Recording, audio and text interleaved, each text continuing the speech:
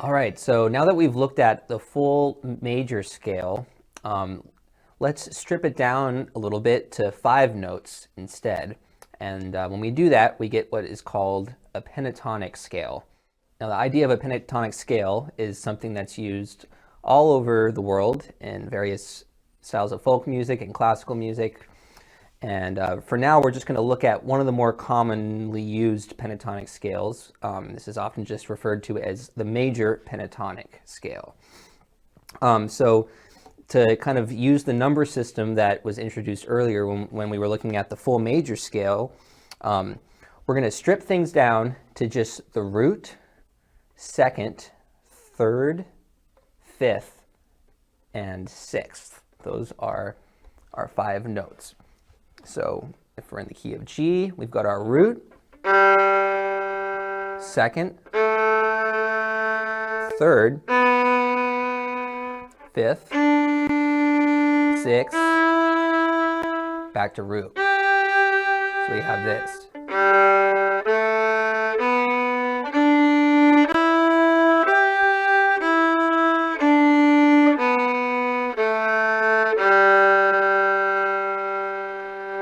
So open with fingerings now. Open 1, 2, open D, 1, 3. So if I were to play the whole major scale again, but accent those notes, it would sound like this.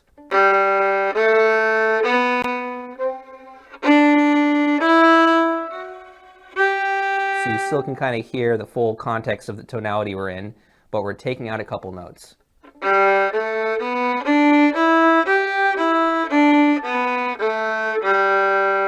Now this can be a very powerful melodic tool because sometimes when you think of all of the options you have in a major scale, it can be a little overwhelming, and as an improviser that might almost kind of give you too much to work with, and your melodic ideas could potentially sound a little too much just like you're playing a scale. So when you kind of take out notes and specifically using pentatonics, it can help give your melodic ideas a little bit more focus, a little more contour.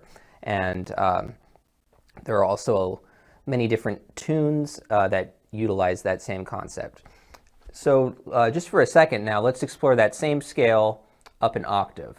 So just like we did before with the major scale, now we're going to start on G, on the D string, so with the 3rd finger, and play the same scale.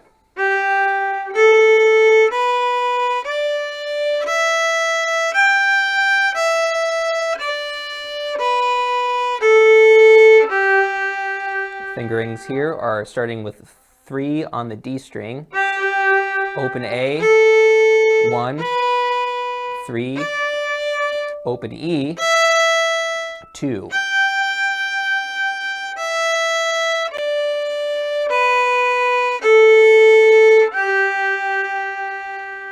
So now let's try both octaves together. We'll go up and then back down. So if you feel like playing along with me, feel free. 3, 4.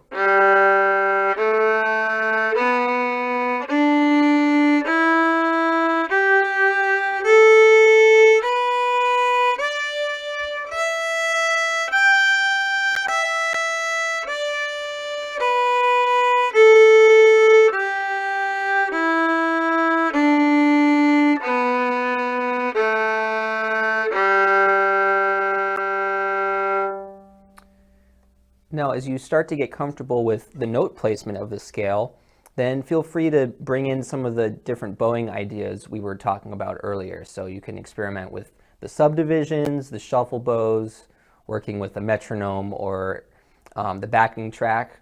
That's all very helpful for kind of just contextualizing the scale in more of a musical setting. And you can also do the same thing with the drone track, once again, just to kind of get comfortable with the intonation.